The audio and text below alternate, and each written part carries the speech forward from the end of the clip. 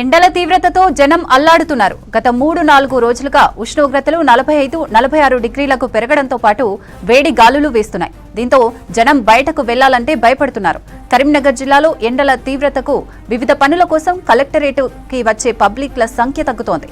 వచ్చిన కొద్ది మంది పబ్లిక్ చలివేంద్రం దగ్గర దాహం తీర్చుకుంటూ చెట్ల నీడన సేద తీరుతూ పనులు చేసుకుంటున్నారు. ఇక దీనిపై మరిన్ని డీటెయిల్స్ వెంకటేష్ అందిస్తారు. కరీంనగర్ జిల్లా బానుడి బగబగలతో మండిపోతా ఉంది. గత 2 రోజులుగా ఉష్ణోగ్రతలు మరింత పెరిగాయి. 45 డిగ్రీలకు పైగా ఉష్ణోగ్రత కరీంనగర్ జిల్లా చొప్పదండి మండలంలోని అనేక గ్రామాల్లో నమోదైంది. అదేవిధంగా జగిత్యాల జిల్లా కొరట్ల మండలం ఐలాపూర్లో కూడా 46 డిగ్రీల టెంపరేచర్ నమోదైంది. రామగుండంలో కూడా ఉష్ణోగ్రతలు మండిపోతూ ఉన్నాయి. అయితే ఎండల వేడిమికి కరీంనగర్ కలెక్టరేట్ మీద కూడా తీవ్ర ప్రభావం చూపిస్తుంది. కలెక్టరేట్కు వివిధ పనుల కోసం వచ్చే దరఖాస్తుదారులు కావచ్చు, ఆర్జీదారులు కావచ్చు, అధికారులను కలిసేందుకు వస్తూ ఉన్నారు. ఇక్కడ ఒక చలివేంద్రం ఏర్పాటు చేశారు. ఇక్కడ నీళ్లు తాగి అధికారులను కలిసేందుకు ఇక్కడ నీడపట్న వేడి చూస్తున్న అనేక మంది ఆర్జీదారులు ఉన్నారు. తర్వాత ఇక్కడ కూడా మంచినీళ్ళు తాగేందుకు వచ్చిన వాళ్ళు కూడా మాట్లాడిద్దాం. అన్న, ఎక్కడి నుంచి వచ్చారన్న? ఎండ ఎట్లా ఉంది? లోకలేనా? ఓకే. ఇక్కడ నీళ్ళు తాగుతారు కదా, ఎండ బయట ఎట్లా ఉంది? బయట టెంపరేచర్ ఎక్కువనే ఉంది. మొత్తం తరుస్తుంది సార్. ఏం పని మీద వచ్చారు సార్? ఈ మనం బ్యాంక్కి వచ్చినాం సార్. బ్యాంక్ వచ్చారు.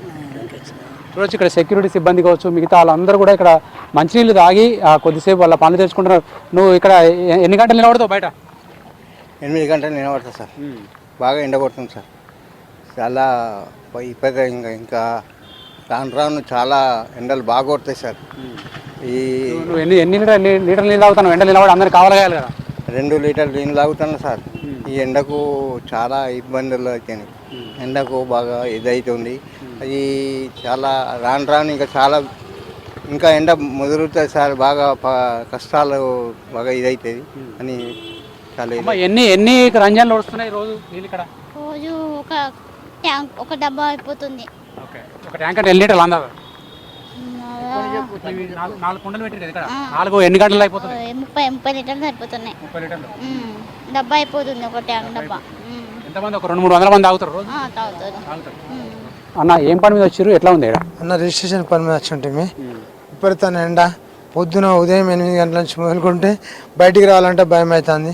అందుకే తొందరగా వస్తున్నాం, పని చేసుకుందాం అని చెప్పి వస్తున్నాం.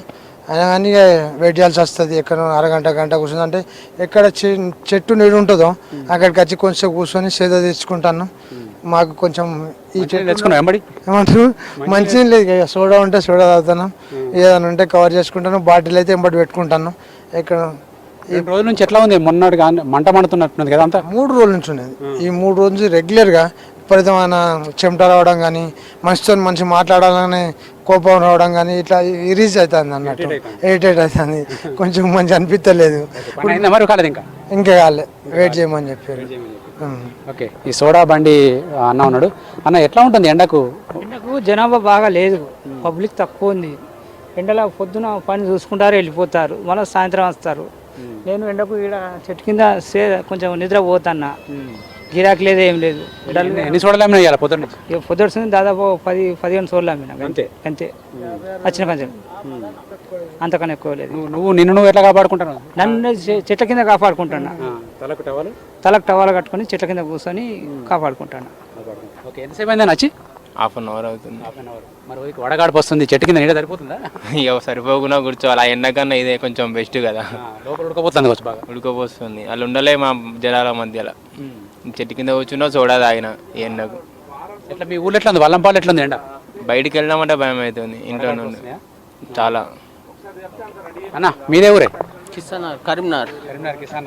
ఎండ తీవ్రత బాగున్నది. బయటికి వెళ్దామంటే భయం అవుతుంది. 46-47 డిగ్రీలు ఉందట. ఏదో అత్యవత పరిస్థితులతో వెళ్ళడు తప్ప ఉత్తనైతే వెళ్తలేం. ఇక్కడికి ఏం పని వచ్చారు? రిజిస్ట్రేషన్ వచ్చినాం సార్. చెట్టు నీడ కాపాడుతుందా కొంత? ఏదో కొంచెం అట్లా సేద తీర్చుకోవడానికి ఇట్లా ఉన్నాం. సోడా లాక్కుంటా ఇక్కడ ఉన్నాం నీడ కొద్దిగా. ఓకే. రకరకాల పనుల మీద వచ్చిన వాళ్ళు అయితే వాళ్ళు టైం అయ్యేదాకా, ఎందుకంటే వాళ్ళు పని పూర్తి అయ్యేదాకా ప్రభుత్వ కార్యాలయానికి వస్తే కనీసం 1-2 గంటల టైం అయితే పడుతుంది. ఆ టైంలో వాళ్ళని కాపాడుకోవడానికి ఏదో చెట్టు నీడని ఆశ్రయించి ఇక్కడ ఆశ్రయం పొందుతూ ఉన్నారు. కరీంనగర్ కలెక్టరేట్ మొత్తం కూడా గతంలో కిటకిటలాడేది.